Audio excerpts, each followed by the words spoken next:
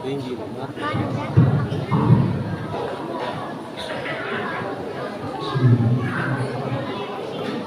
Assalamualaikum warahmatullahi wabarakatuh. Alhamdulillahilladzi ja'ala syahra Ramadan unzila fihi al-Qur'an hudan lin-nas wa bayyinatin minal huda wal furqan. Allahumma shalli ala sayyidina Muhammad wa ala ali sayyidina Muhammad. Jamaah salat tarawih yang dimuliakan Allah, kita telah sampai pada bulan yang sangat dinantikan. Betapa kita terlihat ketika memasuki bulan Rajab, bulan Sya'ban, kita berdoa, Allahumma barik lana fi Rajab wa Sya'ban wa balighna Ramadan. Ya Allah, berkahilah kami di bulan Rajab, berkahilah kami di bulan Sya'ban, dan berkahilah kami di bulan Ramadan. Hadirin, Allah mengabulkan doa kita, sehingga pada malam hari ini kita dapat melaksanakan tarawih pertama. Besok insya Allah sahur pertama dan puasa pertama. Sebagai wujud syukur kita kepada Allah yang telah memperkenalkan kita kembali kepada bulan Ramadan, maka kita persiapkan diri untuk melaksanakan ibadah di bulan Ramadan ini semaksimal mungkin. Fokus ibadah. Jangan sampai ketika memasuki bulan Ramadan fokusnya ibadah. Kan kebanyakan dari kita ketika minggu pertama yang dipikirin apa Pak? Buka bersama SD, SMP, SMA, alumni, tempat kerja itu pertama minggu kedua baju lebaran, pakai baju lagi ya tanah lebaran, begitu minggu kedua. Minggu ketiga mikirin mudik. Mungkin anaknya di pesawat, pakai mobil, pakai kapal laut. Minggu kedua anaknya sudah di perjalanan. Nah, pada akhirnya kita tidak mendapatkan mereka honor. Karena itu hadirin, mempersiapkan bulan yang mudah ini, setidaknya ada 3 hal yang perlu kita persiapkan. Pertama, siapkan ilmu, fikih puasa. Betapa banyak pertanyaan-pertanyaan itu yang muncul terkait ibadah puasa. Contoh, diinfus saat puasa batal atau tidak? Diinfus saat puasa batal, karena infus itu memberikan efek yang segar bagi tubuh dan perut menjadi tidak lapar. Tapi kalau suntik, batal apa enggak suntik? Vaksin hepatitis, vaksin tetanus, dulu vaksin COVID, betul apa enggak? Ulama mengatakan suntik untuk vaksin itu enggak batal, karena efeknya beda dengan infus. Itu contoh. Tapi kan Allah berfirman, "Faman kana minkum maridan aw ala safarin fa iddatun min ayyamin ukhra." Barang siapa yang sakit atau dalam perjalanan dan tidak berpuasa, maka wajib diganti kepada hari yang lain. Apalagi contoh pertanyaan di bulan Ramadan. Dulu waktu saya kecil, ada yang mengatakan menelan ludah di ibadah. Makanya ada yang puasa pun ludah mulai sampai tadi tenggorokan. Terus pertanyaannya, apakah menelan ludah saat puasa itu batal atau? Saya mengutip pendapat Imam An-Nawawi dalam kitab Al-Majmu' Syarah Al-Muhaddats mengatakan, menelan air liur saat ibadah puasa itu tidak batal.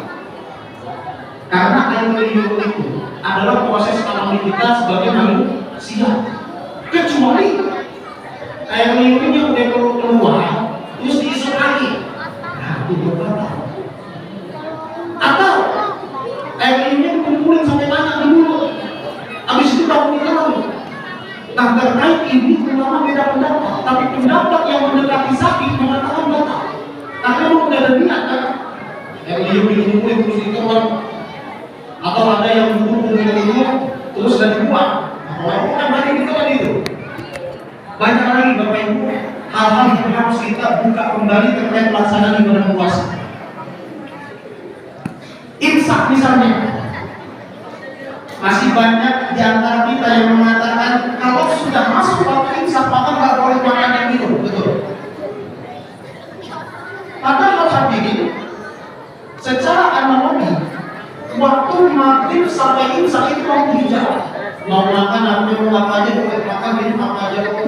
Waktu imsak itu waktu ini. Artinya boleh dimakan dan minum tapi hati-hati. Karena sebentar lagi dimasuki waktu subuh. Karena itu idealnya waktu imsak itu digunakan untuk yang ringan-ringan. Misalkan minum obat rutin atau bagi bapak-bapak mobil dulu ya kayak kan dia nggak bisa kopi lagi. Misalkan kopi mau sebat yang bapak-bapak ahli satu sebat. Jadi ketika imsak itu makan, tapi hati-hati karena itu lampu kuning. Ketika masuk waktu subuh lampu merah, nggak boleh makan dan nggak boleh minum. Ini kan istimewanya ulama kita hadir. Coba bayangkan ada waktu imsak, makin makan enak-enak, dulu masih ada di makanan, kopi belum diminum, tiba-tiba makan aja. Nggak enak tuh. Karena itu pertama yang perlu kita persiapkan menghadapi Ramadan, siapin ilmunya, ini puasa. Sekarang kan metode banyak ya Pak ya. Kita mau tanya apa itu kan di Google tuh, di YouTube itu banyak pendapat ustaz kan. Itu mudah. Atau kalau misalnya kamu di sini kan banyak ustaz, ada ustaz pasang, ada ustaz usul, banyak ustaz di sini. Silakan ditanyakan. Pertama kita siapin ilmu. Kedua apa yang harus kita persiapkan? Mentalitas ibadah. Ramadan ini hadirin itu ibadah fisik. Pagi sampai sore kita puasa, malamnya sholat tarawih, tadarus Al-Quran, malam lagi qiyamul lail. Kalau kita nggak punya mentalitas ibadah, seminggu setelah Ramadan itu pasti lupa.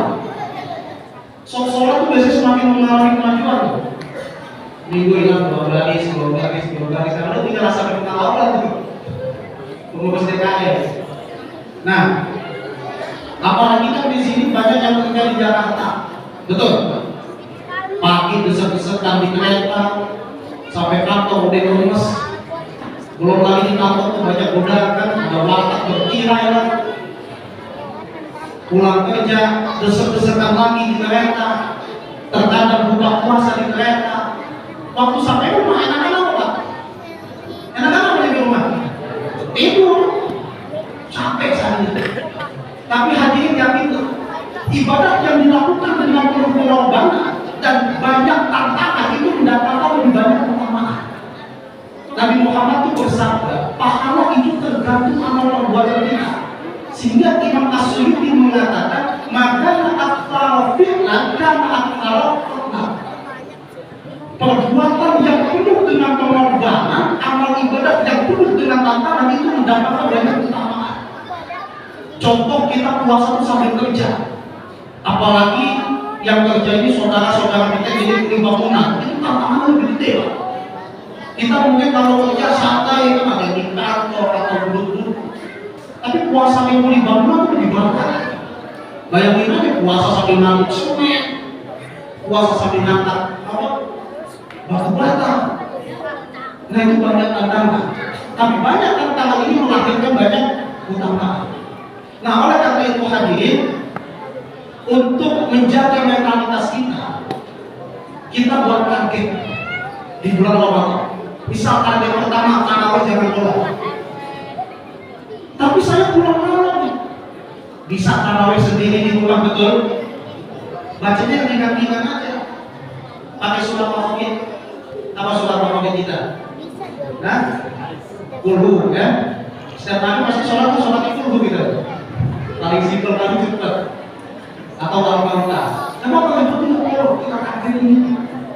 Kedua, targetin Ramadan ini khatam Quran. Nggak usah mulai Imam Syafi'i. Imam Syafi'i Ramadan khatam 60 kali. Berarti satu hari khatam 2 kali. Kita nggak usah Imam Syafi'i, kita kan orang apa?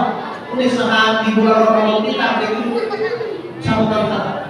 Caranya gimana? Al-Quran itu berapa juz? 30 juz. Berarti bulan Ramadan berarti 1 hari 1 juz. Ya. Biar mudah, 1 juz itu 10 lembar. Baca ketika sholat berarti subuh 2 lembar, zuhur 2 lembar, asar 2 lembar, maghrib 2 lembar, isya 2 lembar. Kalau istiqomah itu insya Allah tercapai khatam 1 juz, khatam 30 juz. Ketiga, ya, tadi pertama apa? Siapin ilmu. Kedua siapin mentalitas ibadah. Nah ketiga siapin ini. Apa ini Pak? Apa ini Pak?